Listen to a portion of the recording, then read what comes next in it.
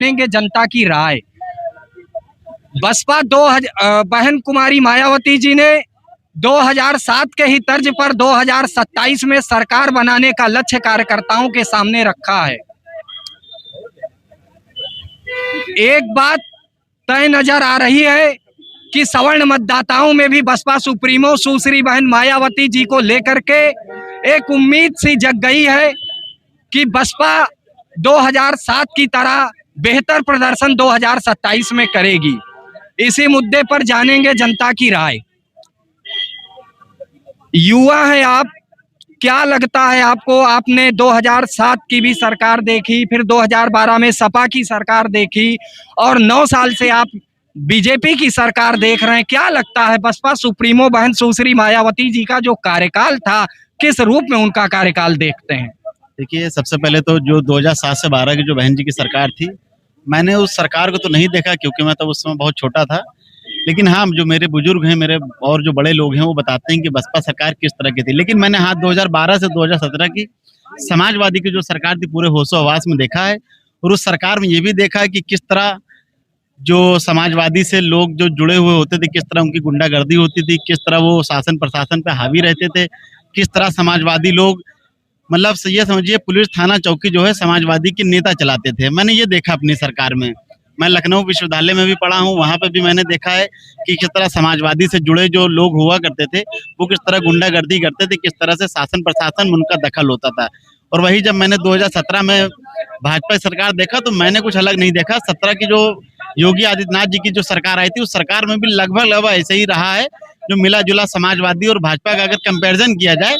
और अगर आप पढ़े लिखे हैं और एनसीआरबी को जानते हैं, अगर नहीं जानते तो उसको आप गूगल सर्च कर लीजिएगा, तो एनसीआरबी के अगर आप आंकड़े भी देखेंगे तो आप तीनों सरकार के अगर आंकड़े निकाल लीजिए, 2007 से 12 में बहन कुमारी मायावती जी के, और 12 से 17 श्री अखिलेश यादव जी के, और 17 से लेके अभी तक कुल 9 साल हो गए योगी आदित्यनाथ जी के। ये दूसरा टर्म है। अगर आप आंकड़े पे बात करेंगे तो सबसे ज्यादा क्राइम जो हुआ है वो इस समय जो मौजूदा सरकार उत्तर प्रदेश की भाजपा सरकार उस सरकार में हुआ है। और जो दलित उत्पीड़न, महिला उत्पीड़न के मामले थे, वो सबसे ज्यादा उत्तर प्रदेश की जो अखिलेश यादव जी की सरकार रही उस सरकार में हुआ है। लेकिन अगर आप इसी मामले में बात करेंगे, जब 2007 से 12 में उत्तर प्रदेश में सुश्री बहन जी की सरकार चल रही थी, तो प्रदेश की जो महिलाएं थी, प्रदेश की खासकर जो महिलाएं थी, वो बहुत सुरक्षित महसूस करती थी।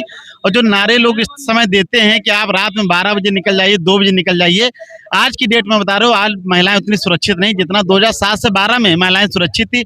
जिस तरह महिलाओं की सुनवाई होती थी, और पहली बार थाना दिवस, तहसील दिवस, तमाम जो अधिकारियों से जो जनप्रतिनिधि, जो आम जनता जो मिल सकती है, वो ये कार्यकाल शुरू हुआ बहन जी की सरकार में। क्या आप अपनी एक शिकायत जो है डीएम स्तर पे जाके डायरेक्ट डीएम के हाथ में अपना लेटर दे सकते हैं? इसकी शुरुआत भी बसपा सरकार में हुई। आज उत्तर प्रदेश के मुख्यमंत्री जी ने जो 1076 का जो हेल्पलाइन बनाया है, इसको पहले बहन जी ने शुरू किया था 2009 में। इसका नाम था तहसील दिवस के नाम से। तहसील दिवस में तहसील पे डीएम और जो जिम्मेदार अधिकारी होते थे, लेखपाल, कानूनगो, तहसीलदार, वो सब बैठते थे। मौजूदा आपकी अगर कोई समस्या होती तो मौके पे ही निस्तारण हो जाता था। आज की तरह नहीं कि अगर आप कोई आज शिकायत लगाते हैं, आप 15 दिन, वो 7 दिन का कुछ वो है समय होता है, उसके बाद आख्या अपने मर्जी से लगा के कुछ भी भेज दी जाती है। समस्या वहीं की वहीं बनी रहती है, निस्तारण कोई नहीं होता। ये उत्तर प्रदेश की मौजूदा भाजपा सरकार है। और मौजूदा भाजपा सरकार में आप एनसीआरबी आंकड़े उठाएंगे तो सबसे ज्यादा महिला उत्पीड़न भाजपा सरकार में हो रहे हैं, सबसे ज्यादा दलित उत्पीड़न भाजपा सरकार में हो रहे हैं, सबसे ज्यादा अपर कास्ट में जो खासकर ब्राह्मण समाज पर उत्पीड़न हुआ है, इस भाजपा सरकार में हुआ है। वो भाजपा सरकार जो ब्राह्मणों को कॉपीराइट लेते नहीं सकती है, लेकिन जब ब्राह्मणों के उत्पीड़न की बात आती है तो पिछले जो टर्म थे योगी आदित्यनाथ जी का, जो 17 से 22 वाला, सिर्फ उस सरकार में 500 से ज्यादा ब्राह्मणों को उत्पीड़न, एनकाउंटर और हत्याएं हुई थी इस योगी आदित्यनाथ जी की सरकार में। और अभी एक ताजा उदाहरण आपने देखा होगा कि कानपुर में एक बैंक कर्मचारी जो बाबा जी की स्वजाति थी, वो किस तरह की ब्राह्मण महिला थी और उसका पति था, उसको वो किस तरह जाति दंभ से किस तरह उसको धमका रही, किस तरह उसको डरा रही है, और ये बताने की कोशिश कर रही कि उत्तर प्रदेश में योगी आदित्यनाथ जी जो हैं वो क्षत्रिय समाज से आते हैं और मैं भी क्षत्रिय हूँ। तो आप समझिए कि आज जो जहर था सरकार जो घोल रही है, वो किस तरह जो जनता के साथ साथ सरकारी कर्मचारियों के भी दिमाग में घुल गया है कि एक बैंक में कार्य करने वाली जो एक आम महिला है, उसके अंदर भी जाति का दम आ गया है। और एक अपनी ही सहकर्मी जो ऋतु त्रिपाठी, जो उसकी सहकर्मी थी, जो वहां पे काम करती थी उसके साथ, उसको किस तरह से अभद्र भाषा का उपयोग कर रही, किस तरह उसको माँ बहन की गालियां दे रही, उसके पति को गालियां दे रही, सब इसी उत्तर प्रदेश में हो रहा है। इसी उत्तर प्रदेश में ब्राह्मणों को खुलेआम गाली दी जा रही है। इस उत्तर प्रदेश में ब्राह्मण महिला के पति को धमकाया जा रहा है और ये कहा जा रहा है कि मैं ठाकुर हूँ। आप ये बताइए, क्या ठाकुर होने से क्या उसको कॉपीराइट मिल जाता है? क्या उसको अपराध करने का लाइसेंस उत्तर प्रदेश की सरकार ने दे दिया है?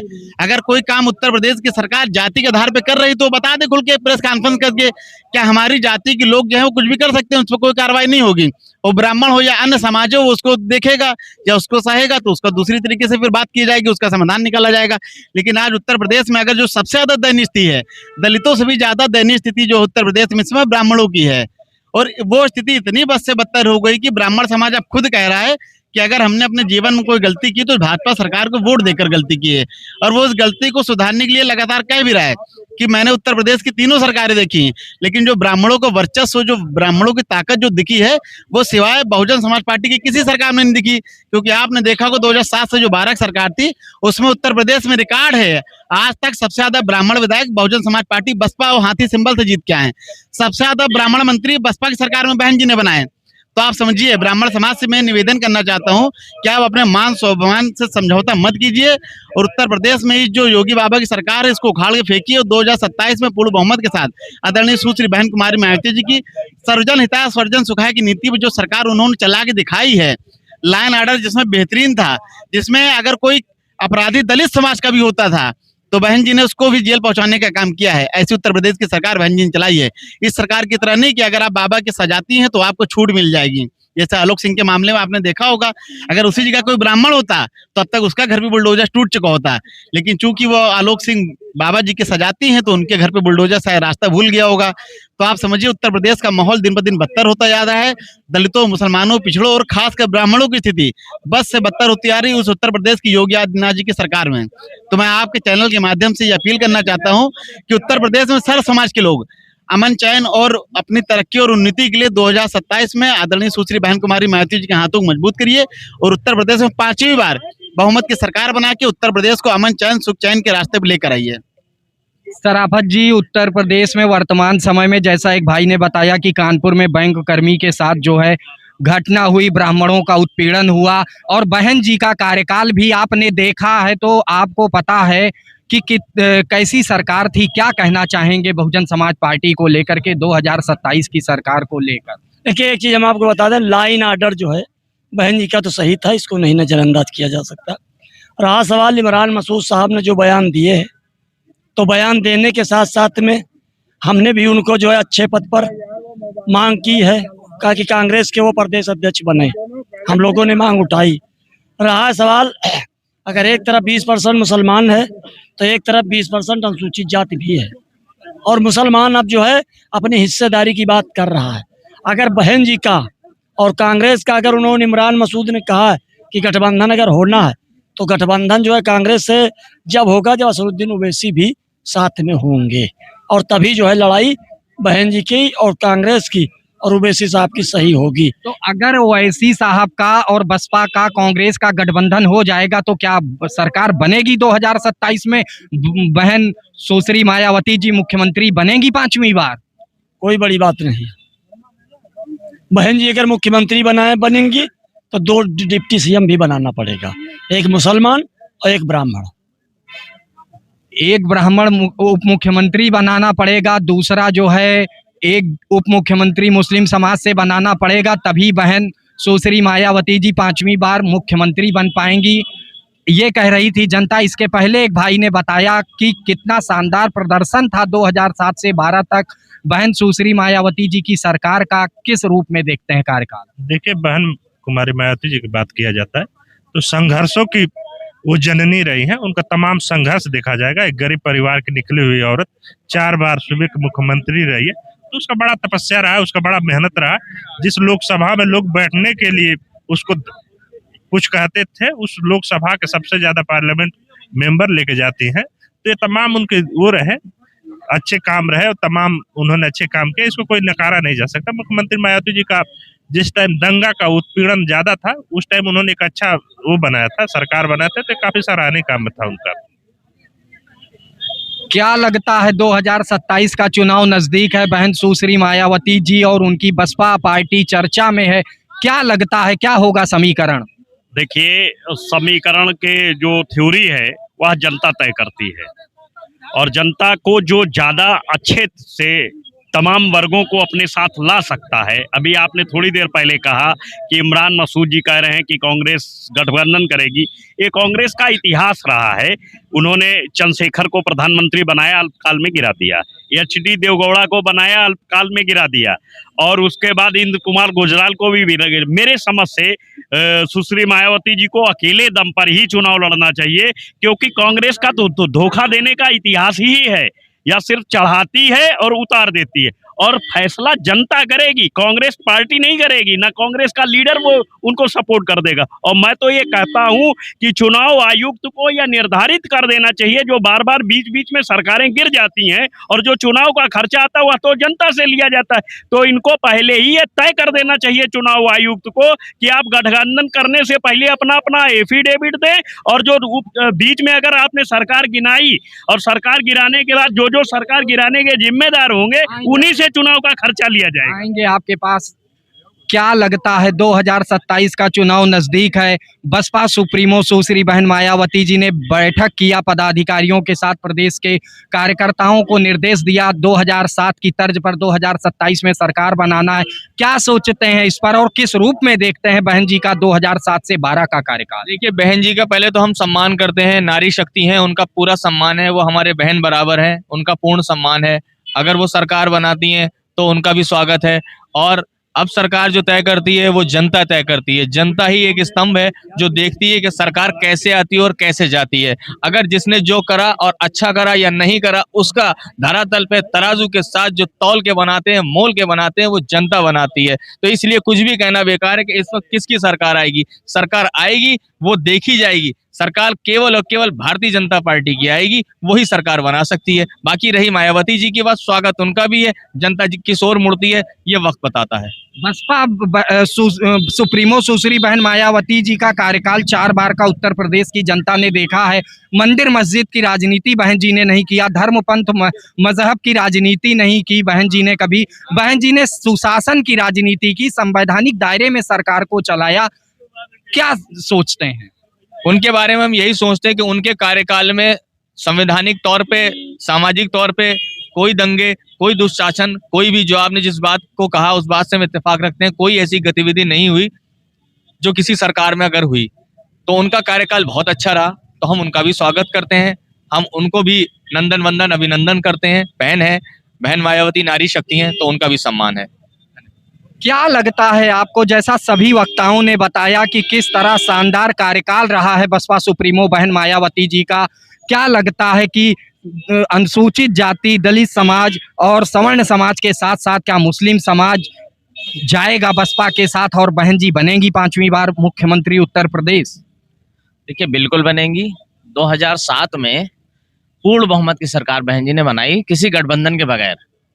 तो अब 2007 की नीतियों पर जिस तरह बहन जी काम कर रही हैं, उनके कार्यकर्ता काम कर रहे हैं, और 9 अक्टूबर की रैली को माननीय बहन जी ने खुद कहा कि अब कि मैं अपने कार्यकर्ताओं के साथ हर स्तर पर उनके साथ मेहनत करूंगी और उत्तर प्रदेश में 2027 में सरकार बनाऊंगी। तो ये तो 9 अक्टूबर की रैली को उन्होंने स्पष्ट रूप से कह दिया है कि 2027 में आपकी बहुजन समाज पार्टी की सरकार बनने जा रही है। इसमें कोई बट की बात नहीं है। और सर्व समाज के लोग, जैसे ब्राह्मण, क्षत्रिय और ओबीसी, एससी, एसटी, माइनॉरिटी और मुस्लिम समाज, सभी लोगों को बहुजन समाज पार्टी में ही सरकार, बहुजन समाज पार्टी की सरकार में न्याय मिला, शिक्षा मिली, सुरक्षा मिली, रोजगार मिला। और सबसे बड़ी बात, कभी बहुजन समाज पार्टी की सरकार में हिंदू मुस्लिम के नाम पर दंगा नहीं हुआ। किसी भी जात या धर्म को या मुस्लिम समुदाय के किसी भी व्यक्ति को दाढ़ी, टोपी, गाय, गोश्त के नाम पर उसकी लिंचिंग नहीं की गई। और किसी भी कलर का गुंडा हो, उसने कभी किसी भी धर्म के ऊपर कोई आपत्तिजनक टिप्पणी नहीं की। बहुजन समाज पार्टी के शासनकाल में कानून व्यवस्था नंबर 1 रही।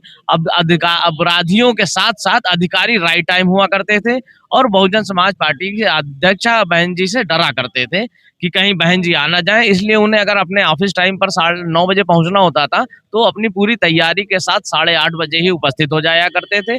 और उत्तर प्रदेश की जनता बहुजन समाज पार्टी के कार्यकाल को याद कर रही है, उनके समय के जो है विकास को याद कर रही है, उनके समय की दी हुई नौकरियों को याद कर रही है, उनके समय की दी हुई सुरक्षा को याद कर रही है। और 2027 में पूर्ण बहुमत की सरकार बगैर किसी गठबंधन के उत्तर प्रदेश में बहुजन समाज पार्टी की सरकार बनने जा रही है और बहन जी उत्तर प्रदेश के कमान संभालने जा रही हैं और 27 में सीएम और 29 में पीएम, माननीय बहन जी 27 में सीएम और 29 में पीएम बनने जा रही हैं। माहौल बदल गया है। 2027 में बहन जी 5वीं बार शपथ लेंगी। कई वक्ताओं ने कहा कि सरकार बनेगी बसपा की, पूर्ण बहुमत की बनेगी। कहाँ से बनेगी बसपा की? दलित समाज, सवर्ण समाज और मुस्लिम समाज जा रहा है बसपा के साथ। इस समय बहुजन समाज पार्टी 1000 किलोमीटर दूर खड़ी है, जो सत्ता के बहुत नज़दीक है, और उसकी तरफ जो है सवर्ण समाज और बैकवर्ड समाज, दलित समाज, सारे लोग जो है उसकी तरफ जा रहे हैं। ये तो मुंगेरी लाल के हसीन सपने देखने वाली बात हो गई। जैसी स्थिति ये है, बसपा सो गई थी एकदम, अभी जगेगी और उसके बाद कहीं उठेगी तब कहीं चलेगी। वो तो 9 अक्टूबर को गई ना रैली, 9 अक्टूबर को कर दिया बहन जी ने, लखनऊ हिला दिया। केवल रैली कर दिया ना, रैली करने से थोड़ी हो जाता है। केवल समाज में काम करना पड़ता है। जो समाज उनको जो है सर माथे पे बैठाया था, उन्होंने अपने कर्मों से ही उसको खत्म कर दिया। नहीं तो बसपा अब तक तो देश के प्रधानमंत्री बन गई होती है, लेकिन प्रधानमंत्री का अब मुख्यमंत्री भी नहीं बन पा रही हैं। ये कुछ ऐसे कार्य लोग कर देते हैं कि बहुत पीछे हो जाते हैं।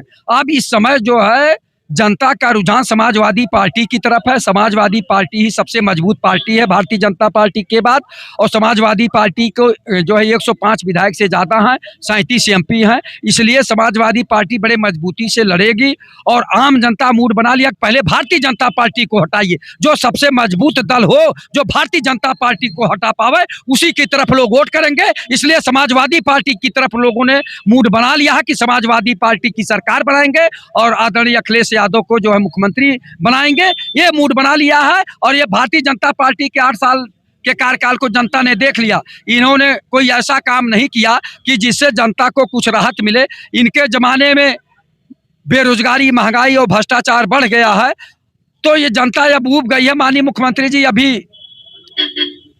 9,12,000 करोड़ का बजट पास किए हैं, लेकिन धरातल पर उतरने वाला नहीं है।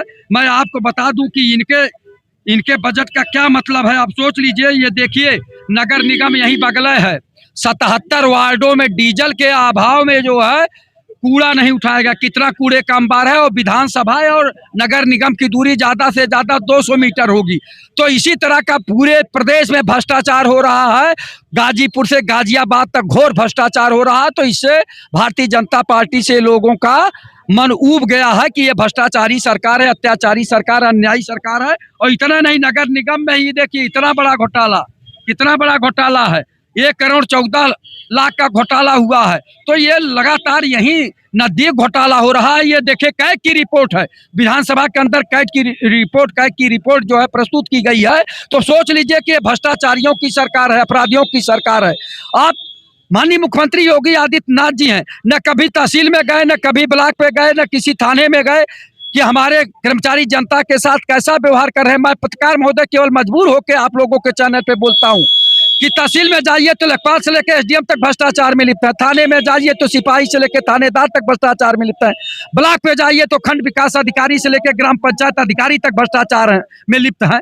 दफ्तर भ्रष्टाचार, कौन है इसका जिम्मेदार? जिले में भ्रष्टाचार, कौन है इसका जिम्मेदार? माननीय योगी आदित्यनाथ जी क्यों नहीं इसका जवाब देते? आम जनता परेशान है, धरातल पे घोर भ्रष्टाचार है। और कोडीन युक्त सिरप से 2-2, 3-3 हजार करोड़ रुपया जो है बनाए, उनके ऊपर क्यों नहीं कार्रवाई हो रही है? उनके ऊपर कार्रवाई करें, तब जाके जनता को राहत मिलेगी। और जनता अब ऊब गई है, समाजवादी पार्टी को सरकार बनाएगी और जनता अमन चैन से रहेगी।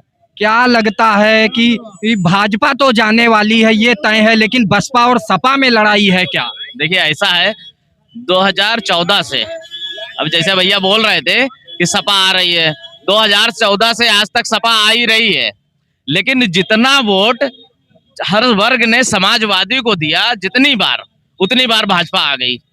इस बात को कोई इग्नोर नहीं कर सकता, मना नहीं कर सकता कि जब समाजवादी को वोट पड़ा, तब तक पूर्ण बहुमत की सरकार उत्तर प्रदेश में भाजपा ने बनाई। ये तो सभी लोग जानते हैं।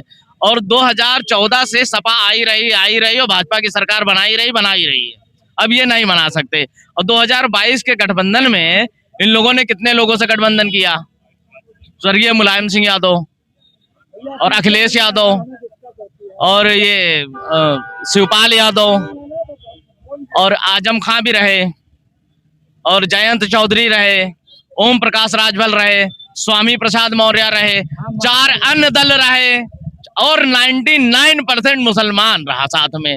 जब तब आप भाजपा को नहीं सत्ता से दूर कर पाए, समाजवादी लोग तब भाजपा को सत्ता से दूर नहीं कर पाए, तो आपको क्या लगता है ये खुद मुंगेरी लाल के सपने देख रहे हैं और हमेशा भाजपा को जिताते चले आ रहे हैं। अभी अखिलेश यादव जी हरियाणा गए, भाजपा को जिताया है। अखिलेश यादव जी दिल्ली गए, भाजपा को जिताया है। अखिलेश यादव जी वहाँ गए, बिहार गए, भाजपा को जिताया है। तो और स्वयं योगी जी ने कहा है कि उत्तर प्रदेश में हम जीत की गारंटी अखिलेश यादव जी हैं और केंद्र में जीत की गारंटी वो है राहुल गांधी जी। तो ये लोग तो स्वयं भाजपा की बी टीम बने घूम रहे हैं। इन लोगों के बस की बात नहीं है। और उत्तर प्रदेश में अब की बहुजन समाज पार्टी की सरकार पूर्ण बहुमत के साथ बनेगी। क्यों? क्योंकि 2007 में यही समय था जब लोग सुखबुगाहट चल रही थी और खुल करके बहुजन समाज पार्टी की सरकार बन गई। तो जब 2007 में जब बहुजन समाज पार्टी की पूर्ण बहुमत की सरकार बन सकती है तो अब क्यों नहीं बन सकती? और ये रही बात इनकी 137 सांसद और 110 विधायक की बात कर रहे हैं, ये इनके सांसद और विधायक हैं कहाँ? आखिर ये लोग भाजपा के खिलाफ बोल क्यों नहीं रहे? ये लोग भाजपा के खिलाफ रोड पर निकल क्यों नहीं रहे? आखिर अखिलेश यादव के खिलाफ सीबीआई ईडी क्यों नहीं लग रही है? अखिलेश यादव का जो है लैपटॉप घोटाला क्यों नहीं खोला जा रहा है? रिवर फ्रंट घोटाला क्यों नहीं खोला जा रहा है? और जो है ये एक्सप्रेसवे घोटाला क्यों नहीं खोला जा रहा है? तो बी टीम का काम समाजवादी के अखिलेश यादव ही और समाजवादी के लोग भाजपा को जिताने का बीड़ा उठा चुके हैं। और संसद भवन में स्वर्गीय मुलायम सिंह यादव जी ने भी इस बात को कहा था कि मैं चाहता हूं प्रधानमंत्री पुनः मोदी जी बने और इनके सभी सांसद सदस्य जीत गए हैं। तो ये तो स्पष्ट रूप से है और आम जनमानस उत्तर प्रदेश की हर जनता जानती है कि भाजपा को जिताने का पूरा बीड़ा समाजवादियों ने ले रखा है और समाजवादी सरकार ने ले रखा है। अब इस बात से उत्तर प्रदेश का आम आदमी इनके बहकावे में नहीं आएगा और उत्तर प्रदेश का हर जनमानस शिक्षा, सुरक्षा और रोजगार को पसंद करने वाला, न्याय को पसंद करने वाला सर्व समाज के लोग बहुजन समाज पार्टी की सरकार बनाने जा रहे हैं और 2027 में बहन जी को उत्तर प्रदेश का मुख्यमंत्री बनाएंगे। 2027 में सीएम और 29 में पीएम। बहुजन समाज पार्टी जिंदाबाद। माहौल बदल रहा है, जनता की उम्मीदें टूट रही हैं, खास तौर पे सवर्ण समाज में नाराजगी है और बसपा सुप्रीमो बहन मायावती जी का कार्यकाल याद किया जा रहा है। क्या लगता है आपको? देखिए, भाजपा ने जनरलों के साथ में क्या किया है, जैसे कटप्पा ने बाहुबली के साथ किया था, वही काम भाजपा ने जनरल के साथ किया है। और आने वाले समय में अगर जनरल सचेत नहीं हुआ तो स्थितियां बहुत विपरीत होंगी। हमारे बहन बिटिया, हमारे भाई बच्चे सब परेशान रहेंगे। जिस तरह का ये कानून आया है ये बहुत ही अशोभनीय है। क्या लगता है आपको, उत्तर प्रदेश के सवर्ण समाज में नाराजगी है, अब वो सत्ता परिवर्तन चाह रहा है। बहन जी को उम्मीद है बसपा सुप्रीमो मायावती जी को 2007 की तर्ज पर 27 में इतिहास दोहराया जाएगा। क्या लगता है 5वीं बार बहन जी लेंगी मुख्यमंत्री पद की शपथ? जी का कोई भी नंबर नहीं आने वाला। जहाँ श्रवण गया वहीं की सत्ता बनी है। श्रवण इतना नाराज है कि इस बार श्रवण दिखा देगा कि सत्ता का मेन खेल जो करता है वो श्रवण करता है। चाहे वो भाजपा को बनाने का काम करे, चाहे समाजवादियों को बनाने का काम करे, चाहे बहुजन समाज पार्टी का। इस बार सत्ता श्रवणों की ही होगी, चाहे जिसमें हो। तो दर्शकों, आप देख रहे थे सोशल स्प्रिंट। मैं था बिंदुसार पांडे। बहुजन समाज पार्टी के शानदार कार्यकाल 2007 के 12 तक की 5 साल के बेहतरीन कार्यकाल पर जनता दे रही थी अपनी राय और बदल गई है हवा उत्तर प्रदेश की। ग्राउंड जीरो पर रिपोर्टिंग से पता लग रहा है कि उत्तर प्रदेश की आम जनता में वर्तमान सरकार को लेकर क्या है निराशा, कितनी है उम्मीदें बसपा सुप्रीमो